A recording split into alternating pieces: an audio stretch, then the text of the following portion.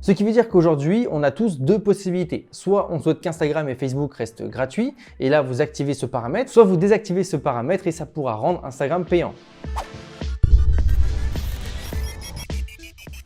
Cette vidéo risque d'être un petit peu technique, surtout pour les personnes qui ne s'y connaissent absolument pas en réseaux sociaux et en fonctionnement des réseaux sociaux, mais je vais essayer de tout vous expliquer de la façon la plus simple et la plus claire possible. Instagram devrait devenir payant.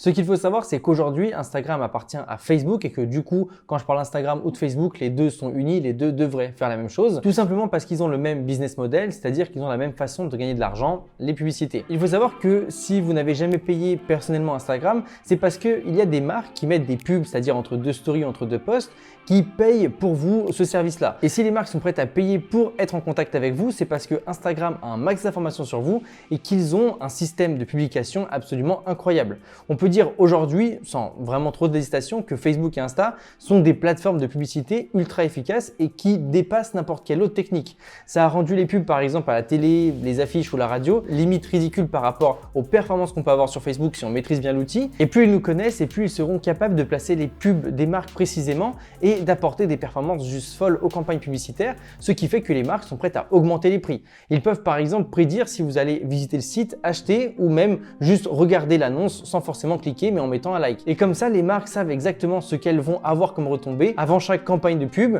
Leur problème aujourd'hui depuis quelques mois maintenant, c'est qu'ils sont tout simplement en danger à cause d'Apple qui a décidé d'aller plus loin au niveau de la gestion de la confidentialité de vos données, ce qui fait qu'avec iOS 14, ils ont implémenté la fonctionnalité d'empêcher d'être suivi une fois qu'on quitte Instagram ou Facebook, ce qui veut dire qu'Instagram, avant cette mise à jour, pouvait tout simplement voir si vous alliez cliquer sur la publicité et surtout voir ce que vous alliez faire sur le site et combien de temps vous allez passer dessus, si vous allez faire un achat, etc., etc. Ils allaient non seulement collecter vos données sur l'application, mais également en dehors de l'application. Et en gros, Apple s'est dit, ok, à partir de maintenant, les possesseurs d'iPhone ne pourront plus être suivis. Ils pourront évidemment être espionnés sur Instagram et Facebook parce que c'est comme ça que fonctionnent les applications. Mais par contre, ça sera impossible de les suivre une fois qu'ils auront quitté l'application. Et ça, c'est une restriction qu'Apple pouvait appliquer. Ce qui fait que ça a créé un énorme préjudice parce que ça apportait beaucoup moins d'informations. Et qui dit moins d'informations, dit moins de performance. Et du coup, on a pu constater que les marques avaient de moins bons résultats avec Facebook, ce qui fait qu'elles ont dû réduire leur budget sur la plateforme et ce qui fait que Facebook et Instagram ont moins d'argent. Ce qui s'est passé avec la dernière mise à jour d'Apple iOS 14.5,